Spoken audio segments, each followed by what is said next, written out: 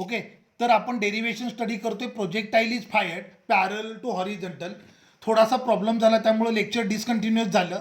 तर आता बघा, projectile initially is placed at certain height. Okay, आणि तिला आपण फायर करतो with parallel to horizontal with velocity u. Okay, आता प्रोजेक्टाईल हॉरिझॉन्टलला पॅरल फायर केलंय त्यामुळं तिची अँगल ऑफ प्रोजेक्शन, तिचा अँगल ऑफ प्रोजेक्शन 0 असणार. बरोबर आहे. आता व्हिलॉसिटी जी इम्पार्ट केली ती हॉरिझॉन्टलला आहे त्यामुळे व्हर्टिकलला व्हिलॉसिटी 0 असणार. Due to gravity projectile follow parabolic path and finally hit the ground. Okay, लक्षात आलं का? Projectile is fired parallel to horizontal and it is travelling along a parabolic path. Projectile is fired parallel to horizontal त्यामुळे angle of projection 0 आहे. Okay, आणि प्रोजेक्टाईलला जी velocity impart केली ती horizontal डिरेक्शनला आहे. Vertical डिरेक्शनला प्रोजेक्टाईलला velocity असणार नाही, पण ॲक्सलरेशन मात्र असणार. तुमच्या लक्षात आलं का मी काय म्हणतोय? आपण प्रोजेक्टाईलला फायर केलं आहे पॅरल टू हॉरिझॉन्टल त्यामुळे अँगल ऑफ प्रोजेक्शन 0 असेल, कारण अँगल ऑफ प्रोजेक्शन हा अँगल विथ हॉरिझॉन्टल असतो. सो या केसमध्ये अँगल ऑफ प्रोजेक्शन 0 झाला. सेकंड, प्रोजेक्टाईलला व्हिलॉसिटी आपण जी इम्पार्ट केली ती हॉरिझॉन्टल डिरेक्शनला आहे, सो व्हर्टिकलला तिला व्हिलॉसिटी असणार नाही. ओके, आणि थर्ड केस, प्रोजेक्टाईलची मोशन ग्रॅव्हिटीमुळे होते त्यामुळे प्रोजेक्टाईलचं ॲक्सलरेशन असणार आहे, ते ॲक्सलरेशन मात्र व्हर्टिकल डिरेक्शनला असणार आहे. Okay, at particular instant of time projectile is at point P x Y. Okay, म्हणजे हे डिस्टन्स आहे एक्स आणि हे डिस्टन्स आहे वाय. ही झाली रेंज ऑफ प्रोजेक्टाईल. ओके, मग आता पहिला पॉईंट, आता आपण असं सपोज करतोय की during it's motion projectile is at point P. मग पॉईंट पीला असताना तिची हॉरिझॉन्टल व्हिलॉसिटी किती असेल त्याच्यावरून आपल्याला बाकीचं डेरिव्हेशन सॉल्व करायचं आहे. सो मोशन अलॉंग हॉरिझॉन्टल,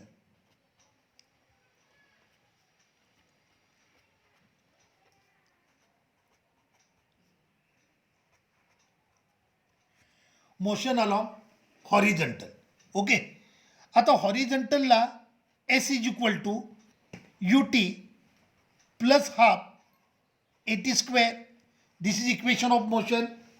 आता मी हॉरिझॉन्टल मोशन स्टडी करतोय म्हणजे प्रोजेक्टाईलची मोशन अलॉंग एक्स ॲक्सिस मी स्टडी करतोय म्हणून मी सगळीकडे सफिक्स एक्स घेतो. मग हे आलं S x is equal to you x t plus half a x into t square. S x म्हणजे distance travelled in horizontal, u x म्हणजे velocity in horizontal, a x म्हणजे acceleration in horizontal direction. So here Sx is equal to x, ux is equal to u, ax is equal to 0. का ते लक्षात आलं? प्रोजेक्टाईलला आपण velocity impart केली ती horizontal डिरेक्शनला आहे, पण ही मोशन ग्रॅव्हिटीमुळे होत असते आणि acceleration due to gravity vertical डिरेक्शनला इफेक्टिव्ह असतं त्यामुळे हॉरिझॉन्टल ॲक्सलरेशन किती आलं? 0 आलं. मग आपल्याला इक्वेशन मिळालं x is equal to u into t. मग ह्याच्यावरनं मी टाईम काढला t is equal to x upon u. Okay, हे लक्षात आलं की तुमच्या ए एक्स का 0 घेतलं समजलं? ही मोशन ग्रॅव्हिटीमुळं आहे. ओके, मोशन ग्रॅव्हिटीमुळं असल्यामुळं व्हर्टिकल डिरेक्शनला ॲक्सलरेशन किती आलं? 0 आलं. सॉरी, हॉरिझॉन्टल डिरेक्शनला ॲक्सलरेशन किती आलं? 0. Okay, motion along vertical, motion along vertical.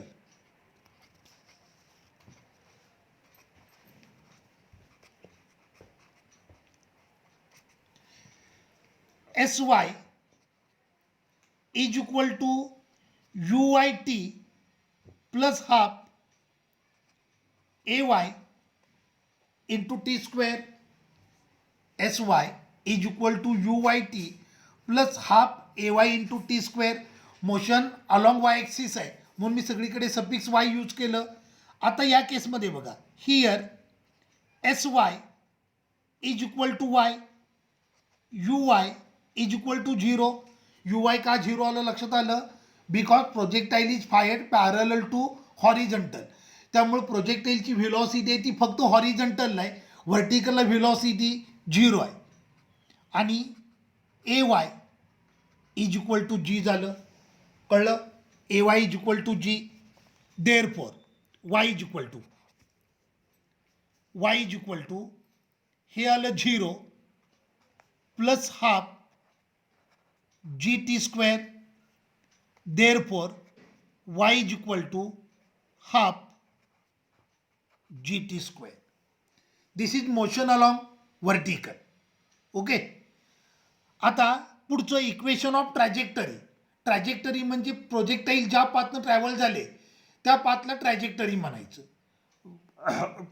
Trajectory is nothing but a path along which projectile is moving, that is called as trajectory of projectile. मग आपल्या डेरिवेशनचा next point आला equation of trajectory. तर आता बघा, we know that y is equal to half g t square, पण t is equal to x upon u, बरोबर आहे. मग वाय इज इक्वल टू आलं half g x upon u whole square. So y is equal to हे आलं g upon 2u square into x square. This is equation of trajectory. Equation of trajectory. आता बघा, जसं straight लाईनचे equation असतं y is equal to m x plus c, हे straight लाईनचे equation असतं.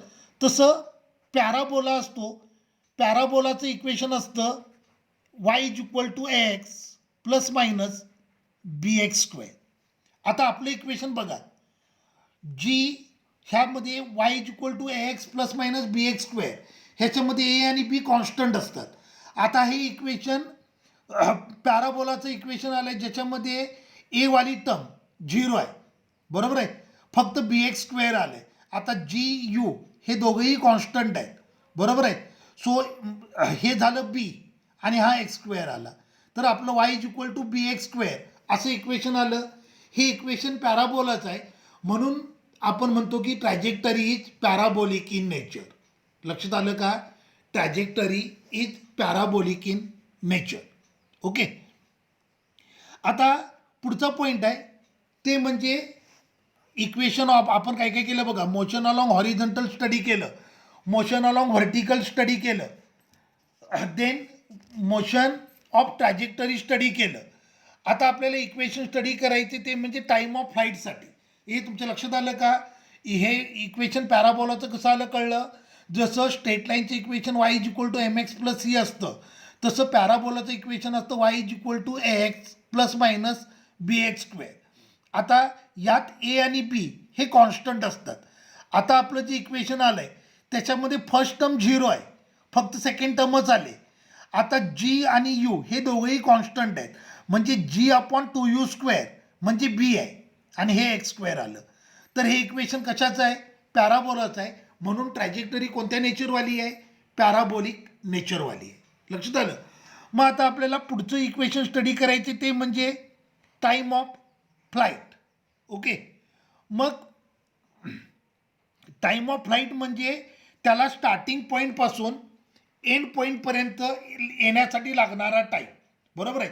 म्हणजे या पॉईंटपासून या पॉईंटपर्यंत येण्यासाठी लागणारा time, that is called as time of flight.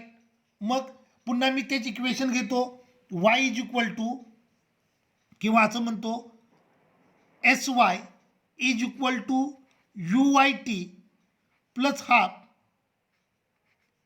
A y into t square. Motion along vertical आहे, मोशन अलॉंग व्हर्टिकल आहे, त्यामुळे मी सगळीकडे सफिक्स वाय घेतला. आता s y is nothing but h, बरोबर आहे. इथे बघा, प्रोजेक्टाईलनं ट्रॅव्हल केलेलं व्हर्टिकल डिस्टन्स किती आहे? एच आहे, बरोबर आहे. आता s y is equal to h, u y zero, कारण प्रोजेक्टाईलला जी व्हेलॉसिटी इम्पार्ट केली ती कोणत्या डिरेक्शनला आहे? व्हर्टिकल डिरेक्शनला आहे, त्यामुळं प्रोजेक्टाईलला जी व्हेलॉसिटी इम्पार्ट केली ती हॉरिझॉन्टल डिरेक्शनला आहे, त्यामुळं व्हर्टिकल डिरेक्शनची व्हेलॉसिटी किती झाली, 0 झाली. ए वाय म्हणजे ॲक्सलरेशन अलॉंग वाय ते किती आहे, जी आहे. मग हे आलं h is equal to half g t square. T is time of flight. कळलं का, t is time of flight. So t square is equal to 2h upon g. Therefore t is equal to under root 2h upon g. This is formula for time of flight. लक्षात आलं का. मी काय केलं, equation along vertical study केलं, equation along vertical घेतलं, बरोबर आहे. सो व्हर्टिकल डिरेक्शन आहे त्यामुळे मी h is equal to u t plus half a t square इथे सगळीकडे सफिक्स वाय घेतला. आता या केसमध्ये ज्या वेळेला प्रोजेक्टाईल स्टार्टिंग पॉईंटपासून एंड पॉईंटपर्यंत येईल त्यासाठी लागणारा टाईम म्हणजे टाईम ऑफ फ्लाईट असतो, बरोबर आहे. मग तेवढ्या टाईममध्ये प्रोजेक्टाईलनं ट्रॅव्हल केलेलं व्हर्टिकल डिस्टन्स किती आहे, एच आहे. प्रोजेक्टाईलला जी व्हेलॉसिटी इम्पार्ट केले it is in horizontal direction, so व्हर्टिकलला व्हेलॉसिटी 0 आहे. ॲक्सलरेशन व्हर्टिकल डिरेक्शनला असणार आहे कारण ही मोशन ग्रॅव्हिटीमुळं झाले. So a y is equal to g आलं. आणि टाईम स्मॉल टी याला आपण सिम्बॉल यूज केला capital T which is nothing but time of flight. मग ह्या इक्वेशनमध्ये व्हॅल्यू पुट केल्या, यू वाय 0 आहे त्यामुळे ही टर्म 0 झाली. मग मला मिळालं h is equal to half g t square. मग त्याच्यावरनं मग फॉर्म्युला मी प्रूव्ह केला, t is equal to 2h upon g. लक्षात आलं. मग हे झालं व्हर्टिकल डिरेक्शनचं. आपण हे फाइंड केला टाईम ऑफ फ्लाईट. मग आता हॉरिझॉन्टल रेंज,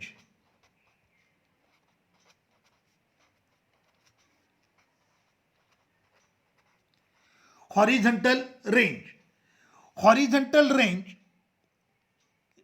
ही हॉरिझॉन्टल डिरेक्शनला ट्रॅव्हल केलेलं डिस्टन्स असणार आहे. Therefore S is equal to S x is equal to you X into T, बरोबर आहे. Distance is equal to speed into time. आणि हा टाईम बरं मी सिम्बॉल स्मॉल टी वापरतो. Horizontal distance travel is nothing but U X into T. आता here S x is equal to R, हॉरिझॉन्टलला travel केलेलं डिस्टन्स म्हणजे रेंज असणार आहे. So s x is equal to R, u x is equal to u and small t is equal to capital T.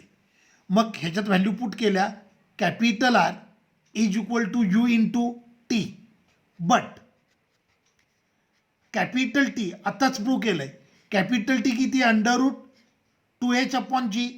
Therefore R is equal to u into under root 2h upon g. This is range of projectile. लक्षात आलं.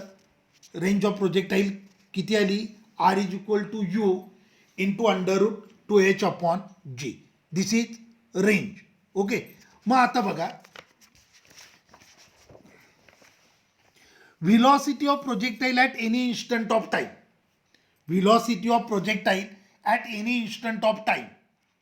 Okay. आता velocity at any instant of time आपल्याला काढायचं आहे. हॉरिझॉन्टलला velocity किती आहे, U x is equal to U. व्हर्टिकलला व्हेलॉसिटी किती आहे, तर V is equal to U plus A T. आता व्हेलॉसिटी अलॉंग व्हर्टिकल काढायची आहे त्यामुळं सगळीकडे मी सफिक्स काय यूज करतो, Y. So V Y is equal to you Y into A Y T. U Y म्हणजे इनिशियल व्हेलॉसिटी अलॉंग वाय किती आहे, ती 0 आहे.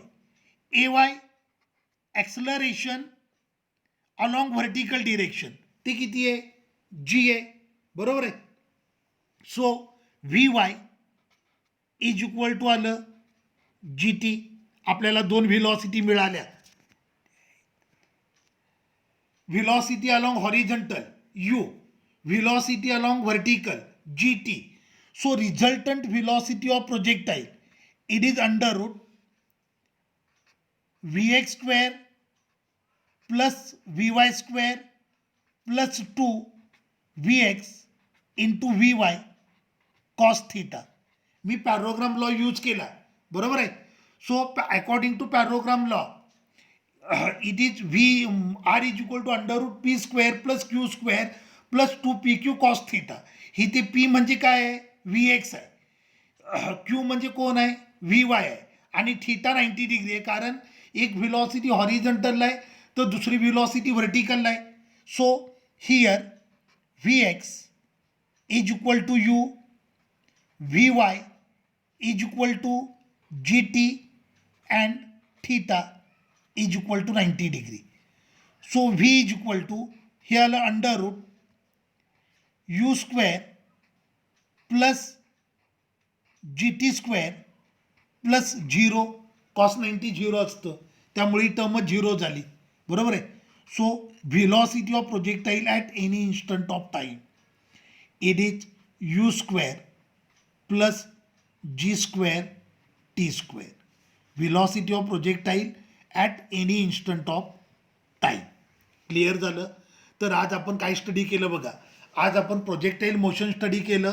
त्याच्यामध्ये प्रोजेक्टाईलची व्हेलॉसिटी अलॉंग हॉरिझॉन्टल आपण डेरिव्हेशन जे स्टडी केलं त्या केसमध्ये projectile is fired parallel to horizontal होतं. मग त्याच्यावरनं आपण प्रोजेक्टाईलची motion along horizontal, motion along vertical, then equation of trajectory म्हणजेच equation of path followed by projectile, time of flight, horizontal range आणि रिझल्टंट व्हेलॉसिटी ऑफ प्रोजेक्टाईल, एवढे सगळे relation study केले. क्लिअर झालं. हे डेरिव्हेशन लक्षात आलं. हे केअरफुली ऑब्झर्व करा. काही डाऊट असेल तर मला फोन करा. ठीक आहे, थांबूया.